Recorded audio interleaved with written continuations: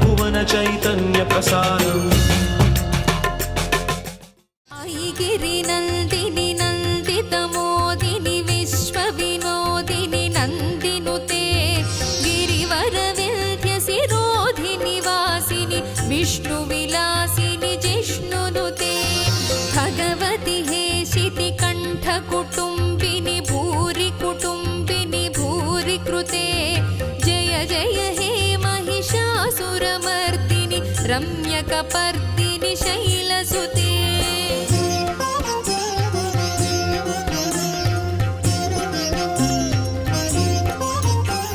నమస్కారం. మన ధర్మం కార్యక్రమానికి స్వాగతం.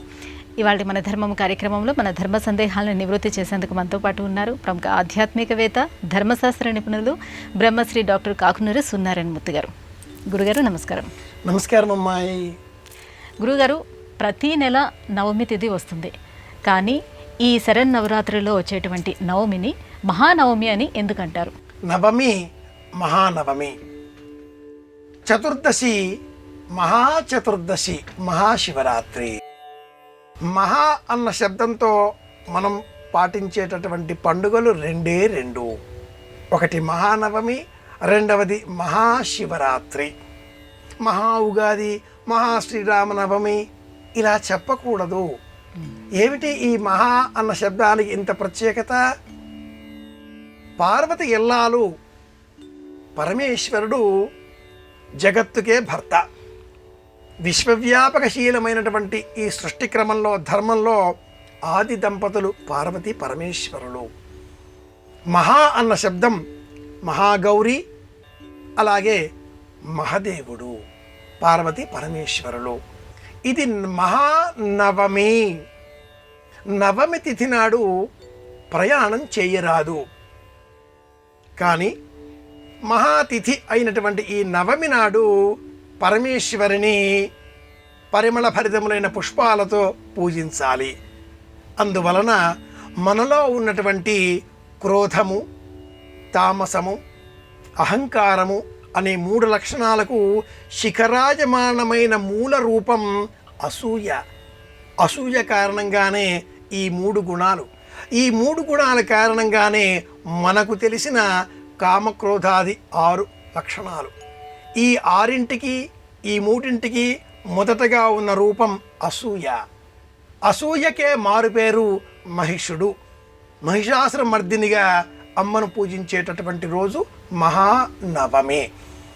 మనలో అహంకారం పెరిగితే ఆత్మాభిమానం కాస్త అంతరించిపోయి అనర్థం వాటిల్లుతుంది. ప్రయాణం చేసే సమయంలో వినియోగించేటటువంటి వాహనాలను అహంకారంతో నడిపితే ప్రమాదాలు ఘటించే అవకాశం ఉంటుంది, ప్రమోదం అంతర్ధానం అవుతుంది. కనుక ఆయుధ పూజలు, వాహన పూజలు నవమి నాడు నిర్వహించాలి.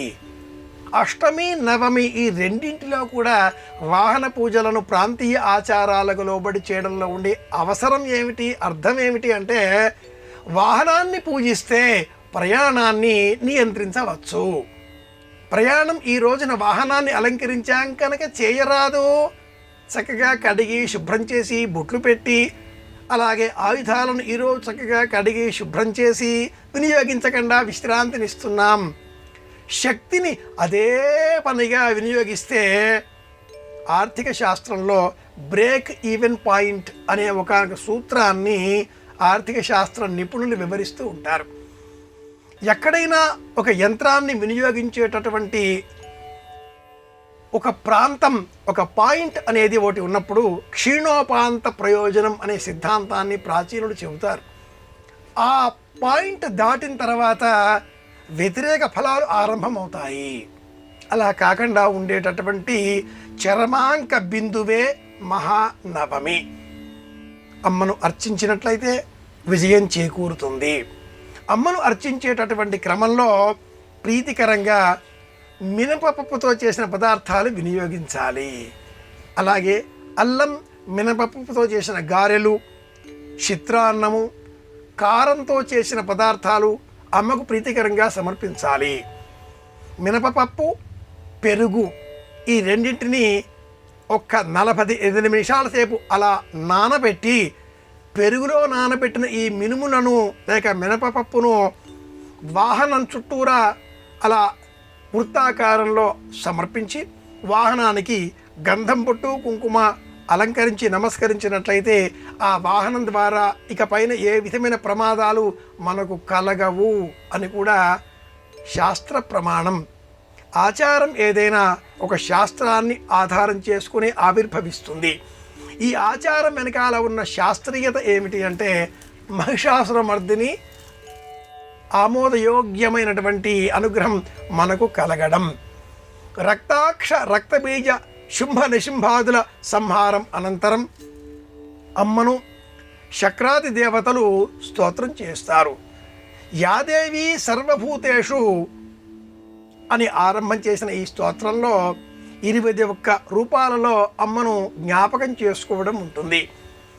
నిద్రారూపేణ, క్షుధారూపేణ, భ్రాంతి రూపేణ, క్షాంతి రూపేణ, ఇవన్నీ కూడా అమ్మవారి రూపాలే. మహిషుడు ఒక మహిషముగా, దున్నపోతుగా మనం గమనిస్తూ ఉంటాం. జంతువులలో ఒక రూపం అది. ఎవరినైనా తూలనాడే సమయంలో ఎద్దు అని కానీ ఆవు అని కానీ తూలనాడం కదా.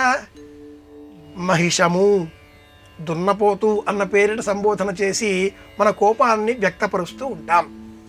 మదానికి, అహంకారానికి శిఖరాయమానమైన అసూయ నిలువెల్లా ఉన్న వ్యక్తి రూపంలో ఈ మహిషాసురుడు చిక్షురుడు మొదలుగా ఉండేటటువంటి సేనాధిపతుల చేత కీర్తింపబడి అహంకారంతో అగ్రస్థానం చేరినట్లుగా భావన చేసి అమ్మనే నాకు ఇల్లాలిగా ఉండగలుగుతావా అనే వరాన్ని కోరుకున్నాడు.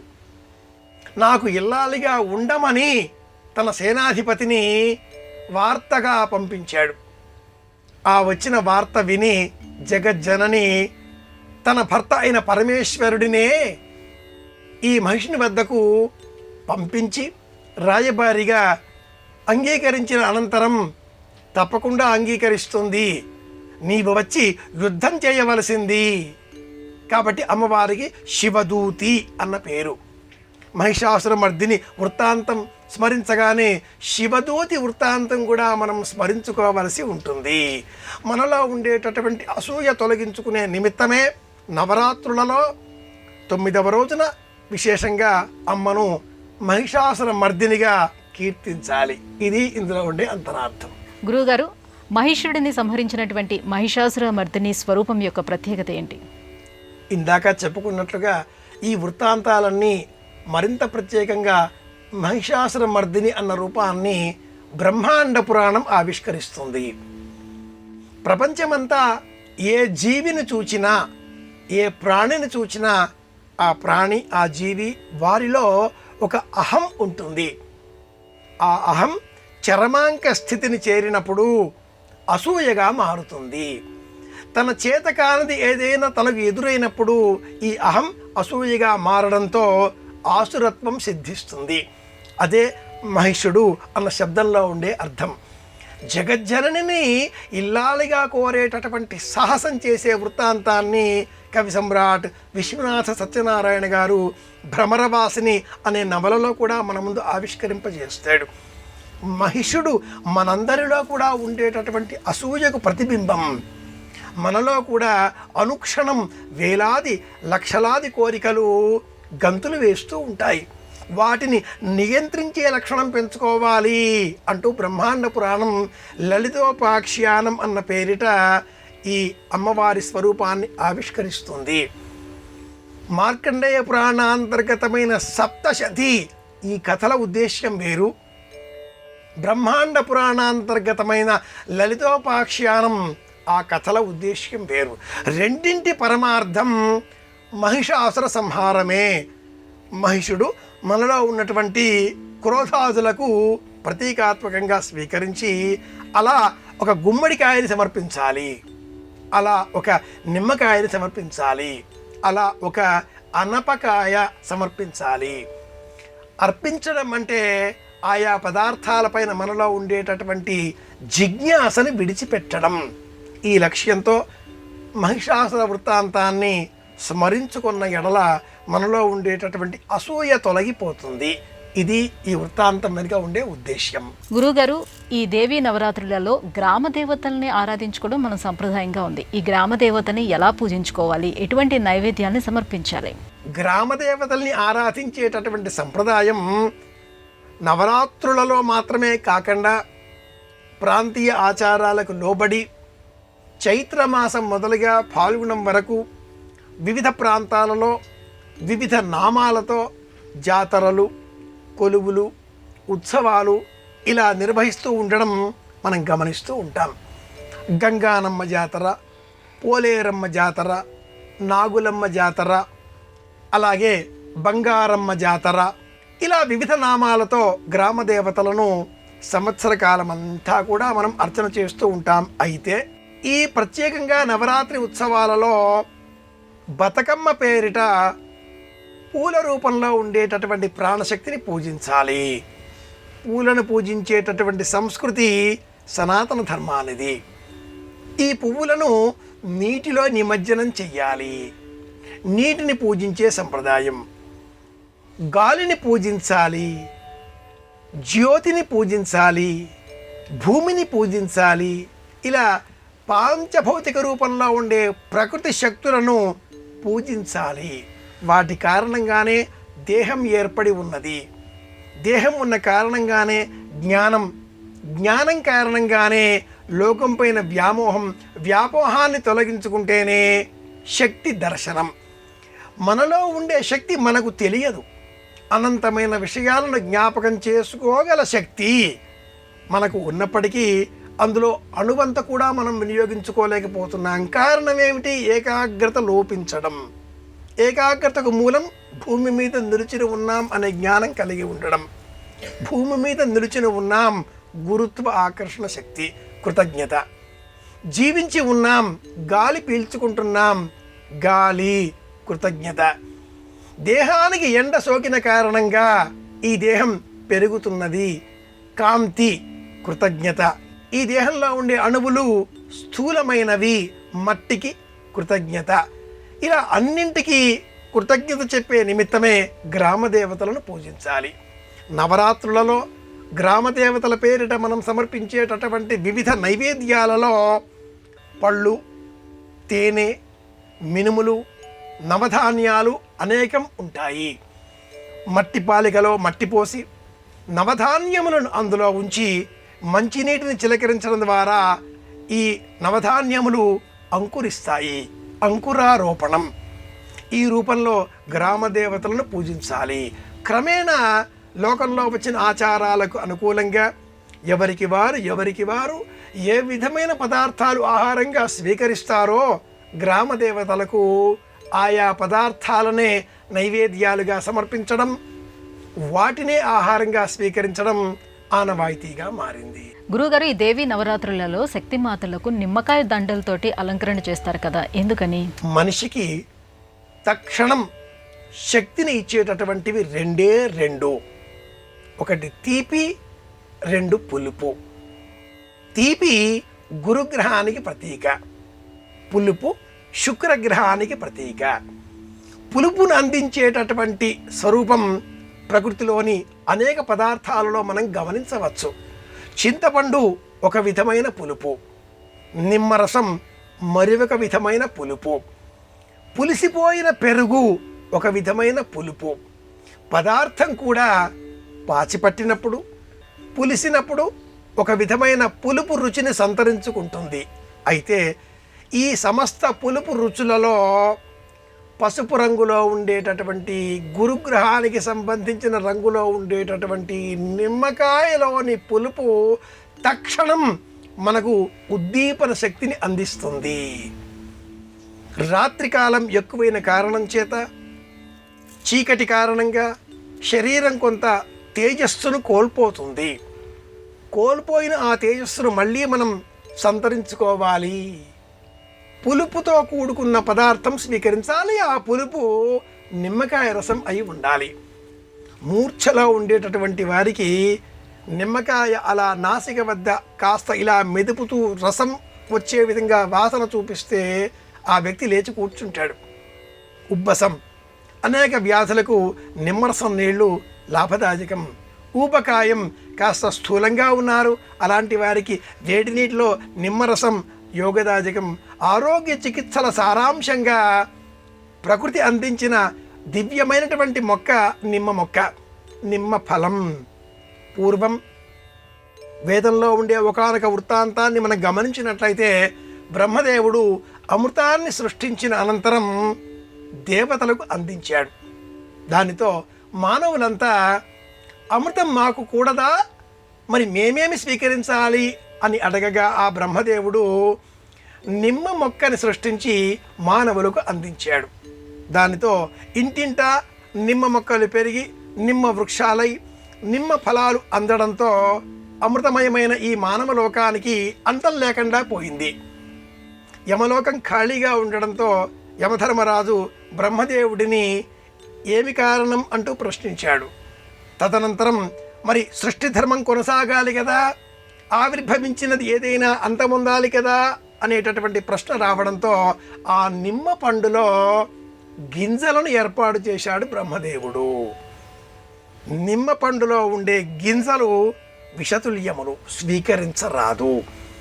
కేవలం నిమ్మరసం ఆరోగ్యదాయకం. ఇలా అమృతంలోనే మనకు హాని కలిగించే నిమ్మ గింజలను కూడా ఉంచిన కారణం చేత తిరిగి యథాప్రకారంగా మానవలోకం సత్య అసత్య మార్గాలలో తన జీవితాన్ని ముందుకు తీసుకువెడుతూ ఉంది అని ఈ వేద కథలో ఉండే సారాంశం. అమ్మవారిని అర్చించేటటువంటి క్రమంలో ప్రకృతిని పర్యావరణాన్ని సమతౌల్యంగా చేస్తూ అమ్మకై అలంకరణార్థంగా నిమ్మకాయల మాలికను అలంకరించడం, నిమ్మ రసంతో చేసిన పులిహోర పదార్థాన్ని సిద్ధం చేసి సమర్పించడం, నిమ్మ రసం పానీయాన్ని ప్రత్యేకంగా అందించడం, ఇవన్నీ కూడా మహిషాసుర మర్దినిగా అమ్మను ఆరాధించేటటువంటి 9వ రోజున పాటించవలసిన ప్రత్యేక విధులు, ధర్మాలు.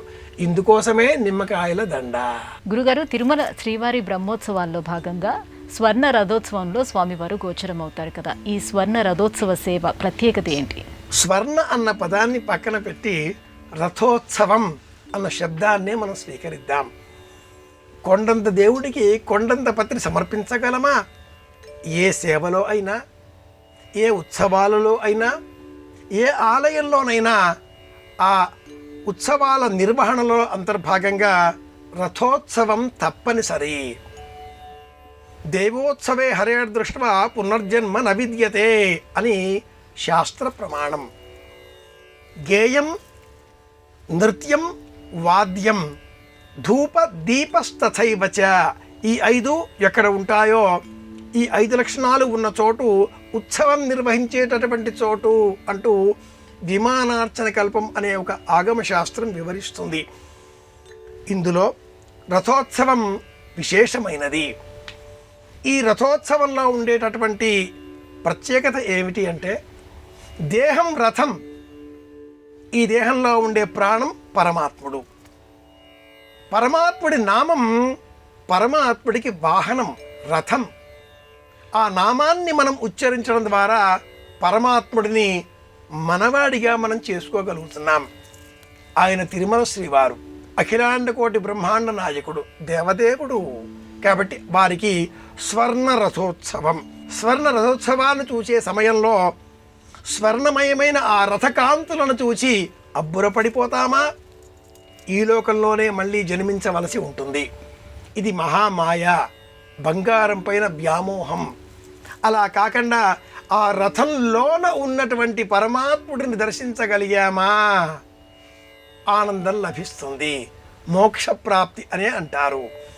దేహం పైన ఉండే మెరుగులు కాకుండా లోన ఉన్నటువంటి అంతరాత్మను దర్శించే ప్రయత్నం చెయ్యాలి. మనసును చూడాలి, మనిషిని కాదు అని పలికేటటువంటి మాటలో ఉండే అర్థం ఇదే. మాట పలుకుతాం, అంతరార్థం మనస్సు ఊహిస్తుంది. పై మెరుగులు కాకుండా లోన ఉండే మనస్సును గుర్తించాలి. స్వర్ణరథ కాంతులు కాకుండా స్వర్ణరథంపై వేంచేపు చేసి విజయ విహారం చేస్తున్న, తిరుమాడ వీధులలో విజయం చేస్తున్న ఆ కోనేటి రాయుడి, ఆనంద నిలయవాసుడి దర్శనం చేసుకోగలగాలి. స్వామి మన మనస్సులో అనే ఊహ కలిగినప్పుడు ఈ దేహం కూడా స్వర్ణ రథంగా మారుతుంది. ఇలా చేయాలి. గురుగారు, ఇవాళ మన ధర్మం కార్యక్రమంలో మాకు వచ్చినటువంటి ఈ ధర్మ సందేహాలన్నీ కూడా నివృత్తి చేసినందుకు ధన్యవాదాలండి. కృష్ణార్పణం. ఇది ఇవాళ మన ధర్మం కార్యక్రమం. రేపటి మన ధర్మం కార్యక్రమంలో మళ్ళీ కలుసుకుందాం. నమస్కారం. ఈ కార్యక్రమాన్ని తిరిగి చూడాలనుకుంటే www.youtube.com/ETV Life Spiritual లో చూడవచ్చు.